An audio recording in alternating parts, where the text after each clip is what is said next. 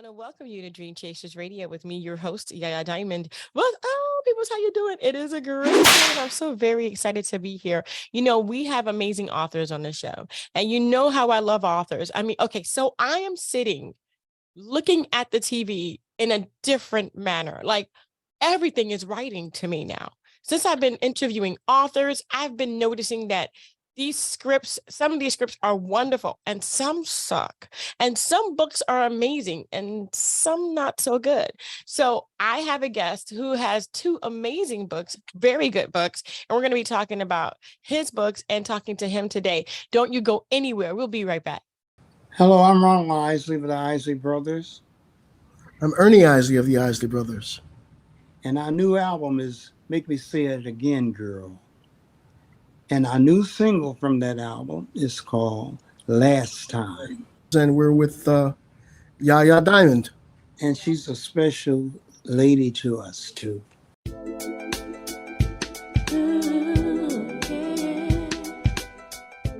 Welcome back to the show. I hope you're enjoying yourself so far. And thank you so much for that shout out. Okay, so listen, we have Frank on the show today. He's got two books, and we're going to be talking about that today. Welcome to the show. Thank you. Oh, man. So tell us about yourself and your journey. I mean, why writing and how did you get started? Well, I'm a scientist, so I have done a lot of writing, but it's been scientific stuff, right? Mm-hmm. And what happened is that when I was very young, my father died on me when I was 10 years old. And so it was a pretty tragic thing. But the deal is that as a result of his demise, my mother remarried a farmer in Arizona. And so we moved from the city to two government trailers in the desert of Welton, Arizona. And a total change of perspective. So my friends became kangaroo rats and rattlesnakes and that kind of thing. We didn't have any neighbors, so I was there by myself, and I had to learn how to survive. And in that process, I became the person I am today, less fearful about stuff. And also, I feel like I have capabilities that I wouldn't have ever imagined I would have otherwise. And as a result, my life has turned out to be miraculous. I live here in San Diego. I vision quested that thing when I was in Tennessee, and I live exactly where I thought I would like to live. There's no way that could have happened, but it did. And here we go. So I am looking at the possibility of writing a book. And what happens is my wife and we take a trip down the Colorado River with other couples in a canoe. Really wonderful trip. And we passed through Yuma, Arizona, hotter than hell as usual. And the experience, though, was so inspiring to her. She decided to write a book about Linda and the Chocolate Mountains. Chocolate Mountains we passed by as we got to the end of our trip in Yuma. And what happened then is that she started writing this book, and I thought it was wonderful what she was writing. It's about this little Indian girl who lived there. And she got writer's block. She couldn't go any further. So she had me help her out. And I wrote this little paragraph, which I thought would be a really good bridge into what she wanted to do next. Had to do with the dream sequence. And she didn't like it. So I got this little paragraph back. And what am I going to do with it? Well, I took it to work. And during noon hour, I just sat there on my computer and did this. And the story from the point of view of that little paragraph went like that. And I didn't work with an outline. I didn't do anything. But it came out. It just flowed out of me somehow. Where in the heck did this come from? Well, it turns out, as I now get it, that 10-year-old girl that is Sally is actually me. And so what I had done is create the environment that she ends up in, which has strange animals in it and all the wonderful experiences. And the result of her tragic beginning, which is in the book, she has an end, which is a miraculous life at the end.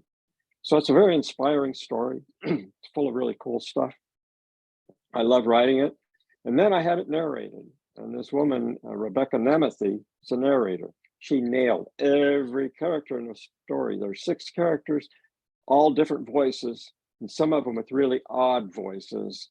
Like my crow has a cross between Steve Martin and Martin Short. You conceive of how you put that together? Well, she did. She did. And it's like that through the whole book. So the Audible version, I just totally recommend. She's amazing. The other thing that's wonderful about Sally and the Magic River, I saw it as a movie when I was writing it. And I've seen it as a movie for a long time now. It's running on, 20 years I've been thinking about this thing. What happened next is like a miracle. When I was 12 years old, 11 years old, I was reading science fiction. You'll see a lot of that behind me. Those science fiction books are all from my teenage years. Anyway, I had this vision of the future full of artificial intelligence and space travel and people living for a long time and all the stuff that's happening right now. Yeah. And guess what? What? I'm working with my daughter, and my daughter and I, using artificial intelligence, are creating the movie Sally and the Magic River. Oh and my it is gosh. amazing. The AI, and I won't share who it is incredible. It's the AI sounds like a human and is way smarter than any human ever thought about being, is able to consolidate all of the wonderful stuff. I just fed it my book and it knows what to do with it. And so it's happening. Wow. And we will have a movie. I don't know how long it'll take, but if not long, he's quick. I mean, stuff that would take others weeks, he does in 30 seconds. Wow. Wow, It's a that is wow, amazing. right? That is amazing. I mean, that that is amazing. I mean, we all have to be careful how we do it too, because we don't want to, like, take away from the real actors, but coming No, I up with don't. fictional characters and coming up with, your book and putting it in AI, that is amazing right there. It And I is. love And sci-fi. my idea about it is that I don't want to take away from the actors either. So I will have this. I will give it to Netflix or somebody and say, look, this is the kind of movie I'd like to make. Now make it. We're using real people. Right. But Exactly. if they don't do that, at least I've got this, Right. Yeah, definitely. Definitely. That is amazing. Congratulations. I mean, oh my gosh. Yes. Wow. So you learn how to stay by yourself. I mean, I'm an only child as well. And I understand, my mother only had one child. And I understand what it's like to be an only child and entertain yourself and then have this book come out being about you, but you didn't really know. I mean, after everything was said and done, how did that make you feel that your life was not even, I mean, it's not even a male, it's a female, but you had no idea. How does that make you feel? Well, it's really neat. So I'm writing the new book. It's out of the Our Self-Assembling Universe series, and it's called Who Is Us? And all of a sudden I decided I needed a foil, a literary foil in this book. So I brought Sally into the book. So Sally's all the way through this book, and it's a conversation between Frank and Sally. Oh, Well, wow. guess what? I have 2 hemispheres up here. This one's Frank, this one's Sally. Frank freaking knows, he thinks he knows everything. Well, he doesn't. He's gotten old. He's 85 years old. Well, Sally hasn't gotten old. She's still a 10-year-old, and she has retained everything. But Frank, who is dominant, thinks he knows everything. And so if you ask me a question, I won't know the answer. I have to shut Frank up so that I can let Sally come up with the answer. Sally always knows, but it's kind of frustrating. And people say, well, what the hell are you doing, Frank? Well, I'm waiting for Sally to give me the answer. That's all. It's crazy. That is funny though. We got 2 brains up here. We do. They're different. I know. And they're both, one is saying, yes, you could do this. You got this. The other one's saying, no, you don't. No, you don't. You can't. And I know I struggle with That's right. That's what goes on. I do. The dominant says, no, you can't do that. Yep. Yep. Gives me you're not good enough. You're ugly. Nobody is going to listen to you. And the other one's like, oh, please be quiet. Shut up. Sally knows how to play the piano. Wow. Frank used to think he knew how to play the piano, but poor Frank, he was taught by a music teacher who took a ruler to his fingers every time he was playing when he was trying to learn how to play. So guess what? Frank will be playing along, think he knows what's going on, or Sally, it's Sally that's doing the playing, but Frank comes on, how are you doing that? All of us, well, if that happens, boom, I don't matter how well I have practiced, boom, I can't perform at all. It's it's like a stutter. Well, guess what? I said, okay, screw you, Frank. Sally and I are going to do this now. We're not going to pay any attention to you. We don't need you. And so I don't read music anymore. I just go to the piano and I start playing stuff. And I didn't know I could do that, but I do. Mm-hmm. I have an ear for music and I can play. I have a little tune going on in my head and I go to the piano and I play it. Hear another tune and go on and play it. It's not exactly the same tune. I have really cool chords and things that I bring into it. So it's way modern, and I play Bach. I can, well, one of the things that's in Sally is a Bach fugue, G-sharp minor fugue that I reorchestrated. And I call it Rivulets, which is Sally's theme in Sally and the Magic River, the AWTbook. Mm-hmm. Wow. I mean, okay. So sometimes you might look at yourself and go, I can't believe I have exactly this confrontation going on in my head, but you've used it to your advantage. What kind of advice do you give to people who may have the same confrontation going on in their they do. I know everybody's got it. Just you got to learn to relax. What I figured out is if I'm picturing something, Frank is getting that image. I have to shut that image off and just not pay any attention to that part of it. I got to go kind of like quiet everything down and let Sally take over. It's a bit of a trick. A lot of us have been held back because Frank is really dominant and Sally's like, shut up, be quiet. And then Frank is like, no, I can't. I mean, literally speaking, that battle goes on and shutting that off. I mean, how did you do so it's true. You've got a dominant Sally. I've got a dominant Frank, right? Mm-hmm. And it's reverse for you. It really is reversed. I'll jump before I stop. It's like Sally's like, let's go. And I'm like, yeah. And then Frank is like, wait a minute. And I'm like, I already did it. So yeah, it's a little bit different for me. I will jump before Frank can get any words out. I will. It's funny. My husband says to me, you need to stop moving so fast. And I'm like, I can't help it. So, I mean, but everybody has that battle, like you said, but a book could come out of that really good. So did your science background help you with your book?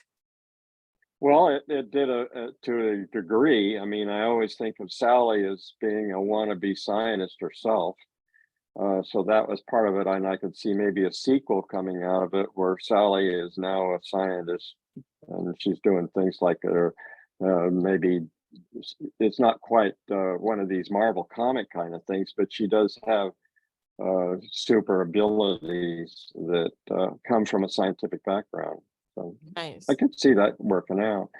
But the thing is that I've used the science to create our self-assembling universe series, and that's all science. And it's really fascinating stuff. You want me to tell you about that? Yes, it's please. Pretty cool. Oh yeah. So what happened here I'm in San Diego, right? Mm-hmm. And every morning I go out and I now because I've gotten to be 85, I really am religious about it. I go on my walk, jog, run. And while I'm doing this, I'm usually listening to something that might be entertaining. It might be music, or it might just be some entertaining novel. It's an Audible book version, or more often now it's a YouTube video that I'm doing a just listen to. Mm-hmm. And then if it really is a cool just listen, then I'll do a watch listen when I get home. And so what happens now is that this is the beginning of our self-assembling universe. I'm on my walk, jog, run. It's a rainy day, and I pass this little group of people who's standing by the seawall, And I hear, as I'm passing by, they say rainbow, and I hear this word rainbow. And it's like, wow, I turn around and there's this beautiful rainbow, which is the rainbow that I have on the cover of my book, Our Self-Assembling Universe. So I'm looking at this thing, and all of a sudden everything changes for me. I said, oh my God, the universe is assembling itself. And I see the atoms. I look at the sand, I can see the silicon. I look at the water, I can see the hydrogen and oxygen atoms making water and running around in there. It's just my senses all of a sudden changed. I was able to see things I couldn't see before, hear things I couldn't hear before. And I got really excited, and I said, I got to get my hands on this. I got to do this. So I said, what do I do? Well, I got to go to CVS. I got to get my hands on this. So I go running across the street and go to CVS. I'm walking through the store and I say, I got to get help. I got to get help. Help me out. And they say, well, what do you need? And I say, well, I blah, blah, blah, blah. And they have no idea what I'm talking about. It's too crazy. And so I keep wandering through the store. I go to every section of the store, including the pharmaceuticals, every place I can think of. And I'm about to give up. I'm walking out of the store, and then hanging off the underarm deodorant as I'm walking out of the store is the perfect thing that I was looking for. I didn't know what it was, but there they are. Okay, so I passed this group of people. They have me going into CVS, and I find out what I need, which are hanging off the deodorant aisle are these two containers. One has orange ping pong balls and the other one has white ones. So I made the orange ping pong ball my proton and the white one my neutron, and I started assembling the nuclei of atoms. And I used that in our first issue of our self-assembling universe to teach 8th graders. I went through about 400 8th graders, teaching them nuclear physics. And I thought, well, this is wonderful. And so the series is pretty cool. I learned nuclear physics myself by teaching myself, by going on walk, jog runs and watching videos. And so then now what I've done in the second edition of our self-assembling universe is create what I call an AWTbook, which I think is a new literary art form. And what it is that it's an ordinary book, but in it it's laced with short YouTube videos, and you can call them up just by saying, "Hey Siri," and then she comes up with whatever you're looking for, and give the title. I don't want to do it now. She'll probably interrupt me by doing it. Yeah. I don't want to talk to her. And so that's the way the book works. And so what happens is you get to a complex thing, and this book has a lot of complex stuff in it. It's really interesting stuff, but it is complicated. Well, there are presenters like Arvin Ash, who is amazing. In a very short time, he can get across the most difficult thing you can imagine with wonderful video, audio displays. And of course, his abilities are really great because he's able to explain things. He's a great explainer. And so I have that in there. And every time I come across something, if it's really difficult, I'll generally go to him. But then there are others like Jim Al-Khalili, who is a really good documentary presenter. And he really is inspiring and stuff like that. So the book is really cool in that regard. It's only 80 pages long, but if you actually read it and work it, it'll take you weeks to get through it. Wow. Wow. So it's educational. It's educational, but more than that, it is really entertaining. And by the time you get through with it, you'll have a really good idea that, okay, yeah, I think maybe there is a supreme being. Yeah, there's some good evidence that there is. And some people like to call it that individual God, and some maybe something else, but there's definitely something going on here. And it's broken down into what you might just call a simulation. Wow. Well, you're going to have to send me the book so we can do a review.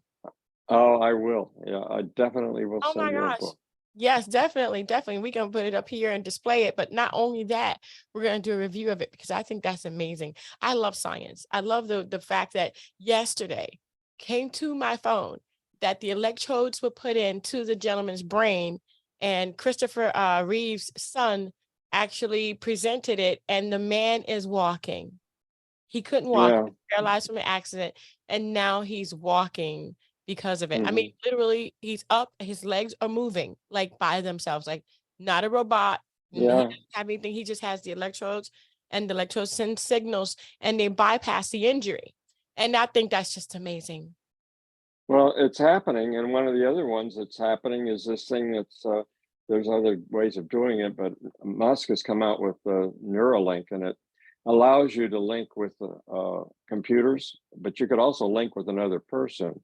Mm. And I always talk about being in another person's shoes. Well, if I could interlink with you, I would really be in your shoes. You could actually be me, I could be you, and we could I think that's freaky. share that experience. Yeah. That is totally freaky. That was a movie that they had these big, big robots. They were fighting the war, and and Mhm. they would interlink to fight together in this big machine. I remember that. Oh my gosh, that's crazy. Mhm. That is It absolutely. I is. mean, the technology now is just going crazy. I say they got aliens and then they took their technology from them. I mean, there's no way we could advance this fast. Well, it's making look like we got aliens, all right. I And I'm know. hoping that they exist, because there was a movie that was created when I was a teenager, or young, not maybe a young guy anyway.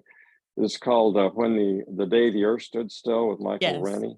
Mm-hmm. And that one has elements in it of what I think could be happening now. Maybe the aliens are down here and they're going to save our butts, because we're about to blow ourselves off the face of this planet. And No, we're we're about to blow destroying the the planet planet off with the every. face. We're about to blow the We're planet off the face of the earth, the face of the yeah universe. yeah no. I mean, it's we need help, and we're not smart enough to figure out how to do it. We need help. No, we're on one planet. I think that they just think that the planet's so big that it won't affect them. But I am sorry, it will. Yeah. It No, the will. whole thing. Yeah. Yeah, we're in trouble, Yes, we but are. it's exciting. It's I'm exciting, but excited we could for be it. living our last days here. It could be, but I have an idea that maybe we'll get help. I hope The so. aliens are here. I do believe they are, and maybe they'll. I hope somebody's here. Somebody help. Somewhere. Come, let's go. It's just, yeah, definitely, definitely. Well, I Well, want to thank well, you so the AI much. that's helping me do this movie is Well, the clearly smart AI. enough. Oh yeah. Oh my Oh yeah. God, so Definitely. smart. Definitely. Well, I want to thank you, Frank, for being on the show. Where can people find your book or both books? You have Well, like more than one. yeah, Goodreads, Amazon, the regular bookstores. It's there. One thing you need to look out for, though, if you're looking for our self-assembling universe, um, Goodreads has created a problem, because the second issue is our self-assembling universe, an AWTbook on consciousness and information, and E equals MC squared. Well, they didn't put the subtitle in, and so if you pull up the our self-assembling universe on Goodreads, and maybe some of the other sites too, you'll see the original our self-assembling, and that's in red letters, the title, with a bluish cover, and it's good, but it doesn't have the value that the new issue has. The new issue has all of the first issue in it, plus it has a preface that goes into wonderful stuff on quantum mechanics and stuff, and is an AWTbook. So there's that much more value in the second edition than there is in the first. And Well, the second edition is still called Our Self-Assembling Universe, but it's a uh, totally different color cover. It's got gold lettering, and it's got a more yellowish tinge to it. It's still got a rainbow running through it. So, okay. Okay. Well, they can get that on Amazon, right? yes. Okay. We'll find the links and we'll put it in the description box below so it'll be easy for people to actually get that Oh, where there'll be no awesome. confusion. I think Yeah, you look yeah. for the gold lettered one. Right. I'll look for the gold letter one. Definitely, definitely. I Yeah. want to thank you, Frank, so much. Hopefully we get help from another whatever. So we don't kill each Yeah. other. I Well, would I've want really that. been looking forward to talking to you, Yaya, and Oh, it's been wonderful. Thank you so much. Oh, thank you. Thank you. And thank you guys so much for tuning in. We're going to have all of Frank's information about his books. And if you love science, like I love science, and you like audiobooks, oh, that's like on my phone, audiobooks. When I'm walking, when I'm exercising, I have a book going through. I'm always doing that. Just like Frank, you need to go ahead and get this. I want to thank you guys so much. We're again going to have those links in the description box to the new edition that he is talking about today. And I want to thank you again so much. Don't forget to dare to be different. And until next time, guys, bye. Remember, Bye-bye. Thank you. Sally's the dominant one. Jump, just do it.